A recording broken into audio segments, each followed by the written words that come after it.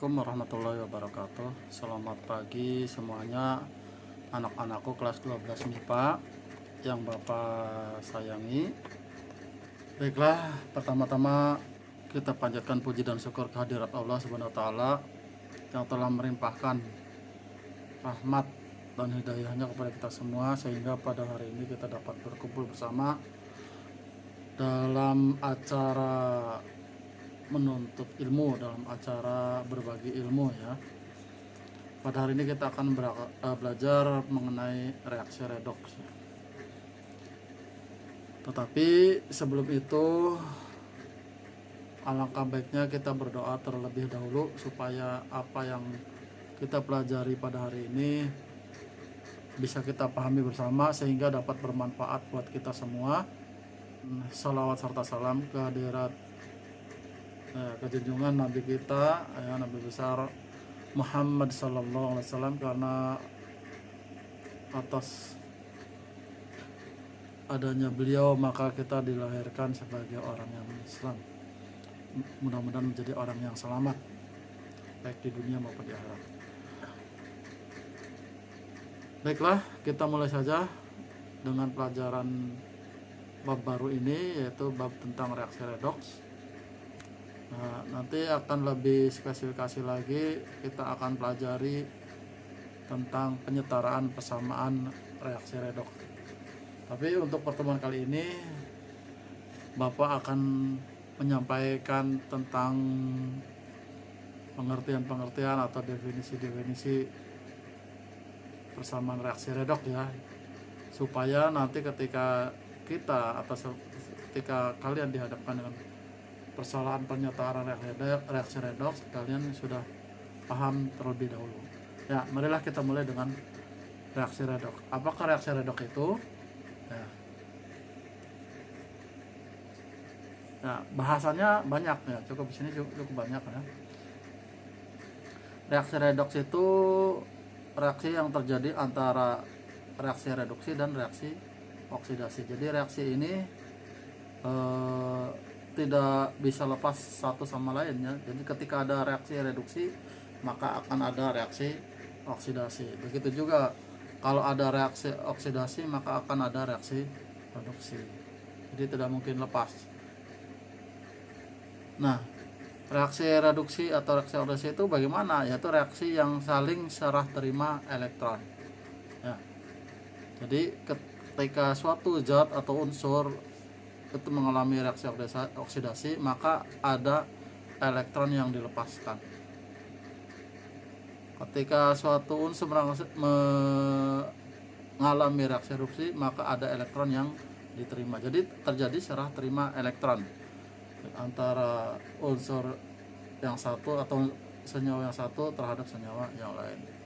Nah, di sini dijelaskan bahwa reaksi redoks merupakan gabungan dari dua reaksi, yaitu reaksi oksidasi dan reaksi reduksi, sebagaimana sudah Bapak sampaikan sebelumnya ya.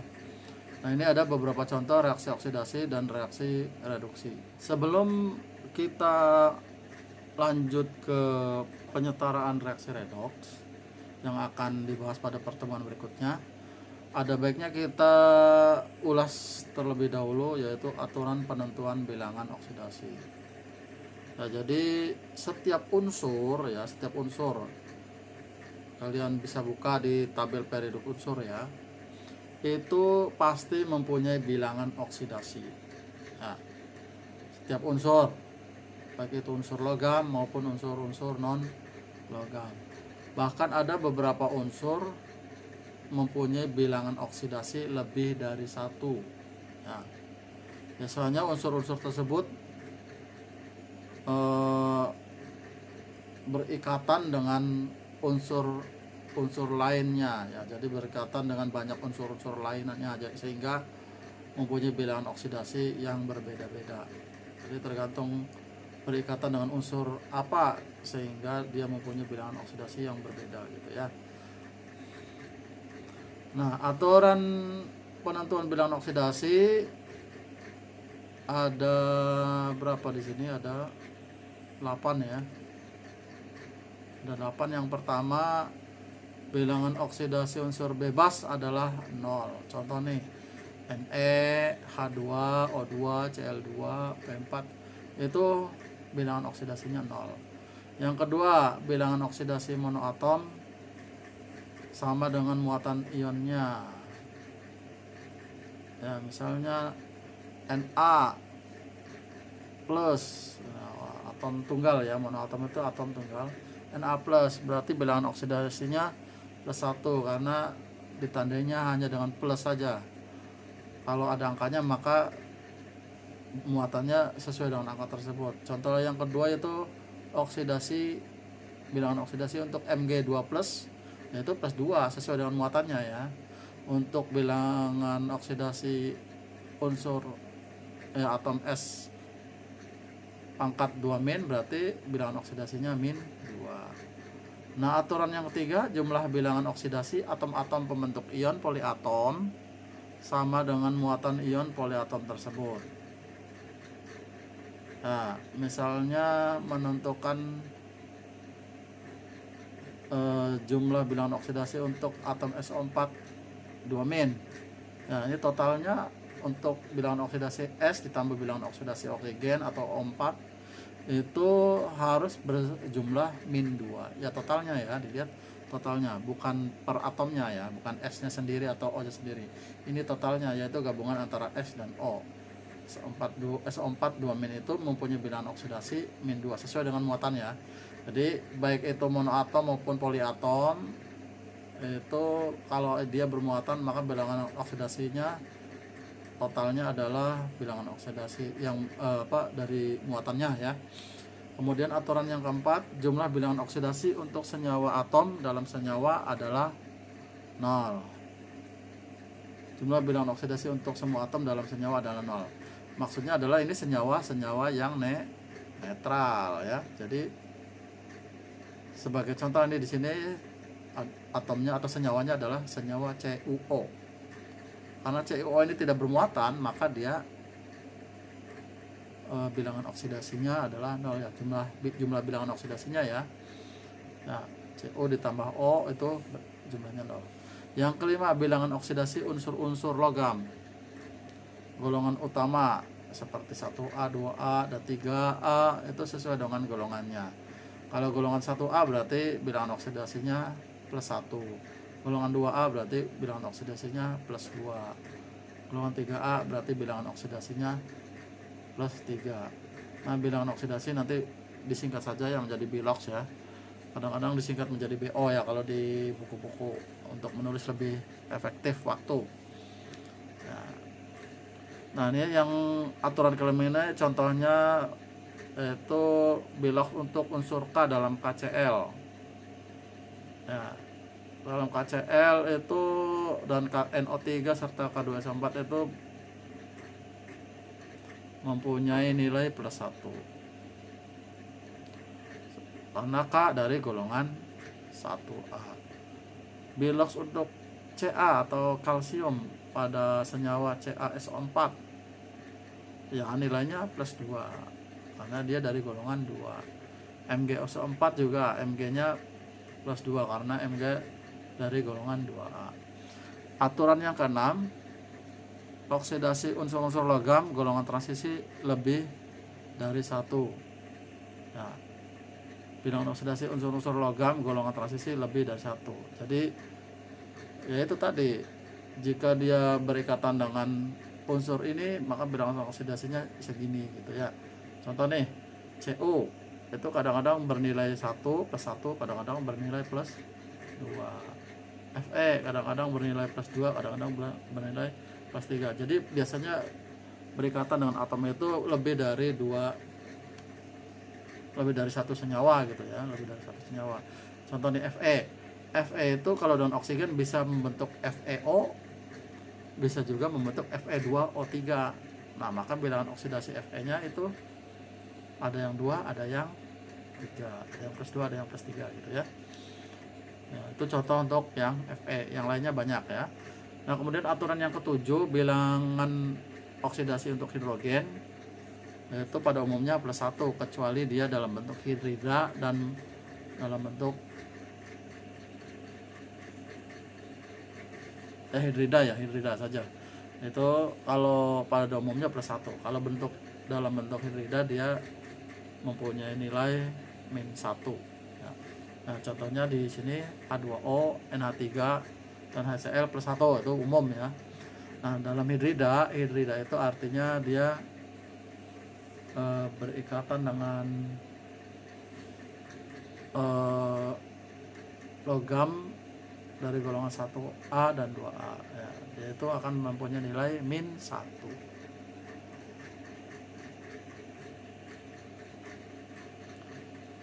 Dan yang terakhir adalah bilangan oksidasi untuk oksigen. Pada umumnya oksigen itu mempunyai bilangan oksidasi min 2 kecuali dalam peroksida ya. Jadi ingat saja, untuk hidrogen umumnya plus 1, untuk oksigen umumnya min 2.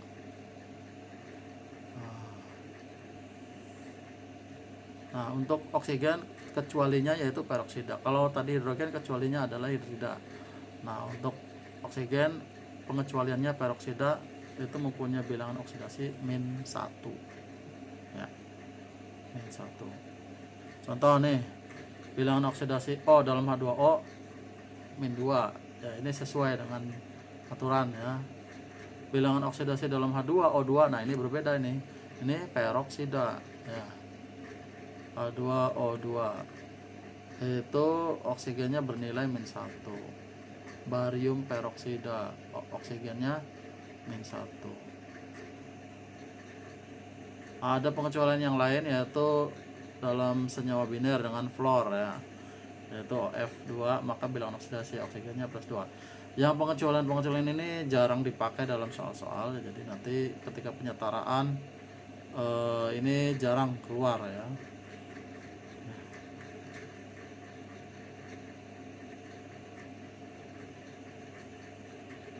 Nah, ini contoh-contoh latihan soalnya ya. Tentukan bilangan oksidasi pada masing-masing unsur berikut ya.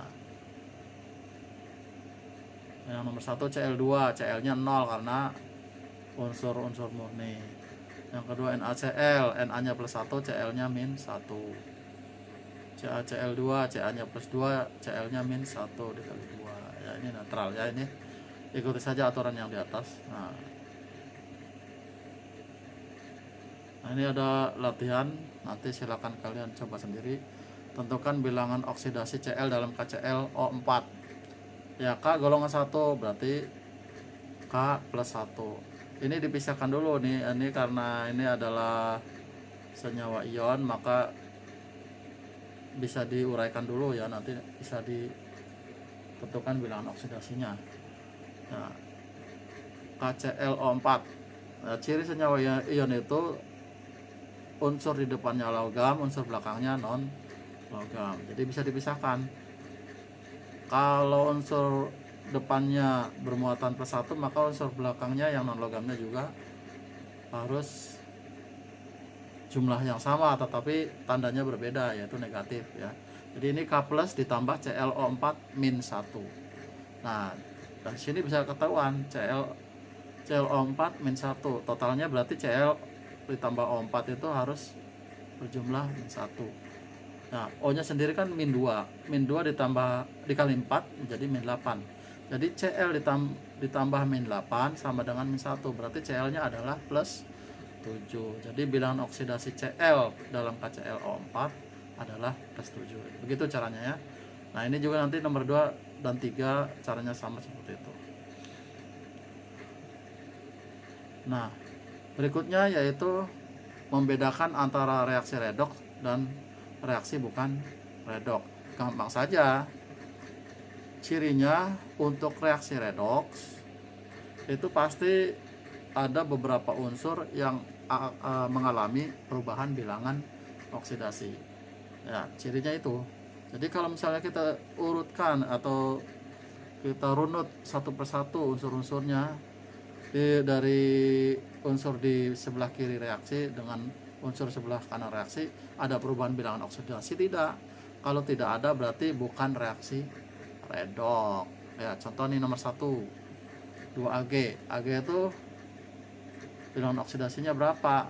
Karena dia atom biasa ya, atom tunggal maka dia 0, Cl2 juga 0. Nah, membentuk 2 AgCl. Nah, di sini Ag dengan Cl berikatan. Ag-nya plus 1, Cl-nya min 1. Jadi ini merupakan reaksi redoks. Kenapa? Karena Ag di sebelah kiri reaksi 0, tapi Ag di sebelah kanan reaksi plus 1. Cl juga di sebelah kiri 0, sebelah kanannya min 1. Jadi ini reaksi redoks untuk yang nomor 1. Untuk nomor 2, 3, dan 4 nya silakan kalian pelajari sendiri ya. Nah, ada SnCl2 ditambah I2 ditambah HCl menjadi SnCl4 ditambah 2Hi. Silakan cek satu persatu, Sn-nya di kiri berapa, di kanan berapa. Cl-nya juga begitu. Di kiri kan ada 2 nih, ada Cl yang dari Sn, ada yang Cl dari HCl.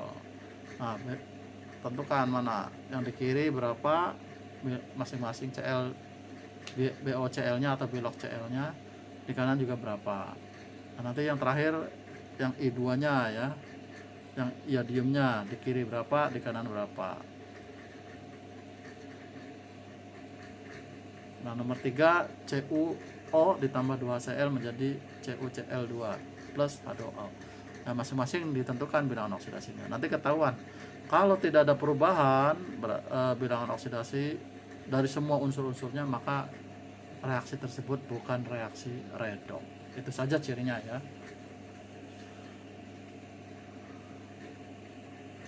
Nah, ini sudah ada jawabannya nih. Ya, nomor 3. Nah, jadi sudah ada jawabannya nih, jelas ini yang nomor 3 ini bukan reaksi redoks karena tidak ada perubahan bilangan oksidasi. Coba perhatikan nih. Yang Cu di sebelah kiri reaksi itu plus 2. Di sebelah kanan reaksi juga plus 2. Ya. Cl-nya yang min 1 dikali 2 di kanan reaksinya. Yang O juga ya, min 2 kanannya juga min 2. Lihat ya. H di kirinya plus 1, di kanan juga plus 1. Hanya saja dikali 2 gitu ya. Cl min 1 di kanan juga min 1 dikali 2 ya. Jadi hanya nomor 3 yang bukan merupakan reaksi redoks. Nah, berikutnya adalah istilah tentang reduktor dan oksidator. Reduktor itu zat yang mereduksi zat lainnya. Kalau oksidator berarti zat yang mengoksidasi zat lainnya. Biasanya reduktor itu justru mengalami oksidasi, sedangkan oksidator mengalami reduksi. Nah, ini sebagai contoh nih, SnCl2 itu mengalami oksidasi, maka dia adalah reduktor. Nah, SnCl2 itu mengalami oksidasi, maka dia adalah reduktor. Sebaliknya I2, nah, I2 itu mengalami reduksi, ya dia direduksi oleh SnCl2, maka I2 merupakan oksidator. Paham ya ini? Silakan ini dipelajari. Reduktor akan mengalami oksidasi, oksidator akan mengalami reduksi ya.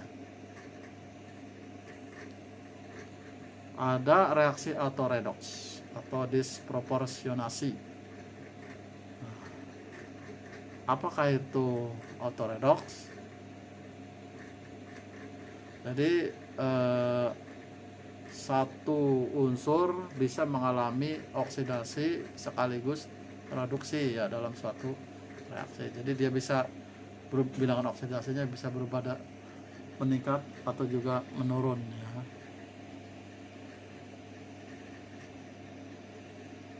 Nah, di sini berikutnya ada bilangan oksidasi untuk menentukan nama senyawa. Nah, ini untuk penamaan sudah dipelajari mungkin di kelas 10 ya, atau kelas 11 mungkin ya.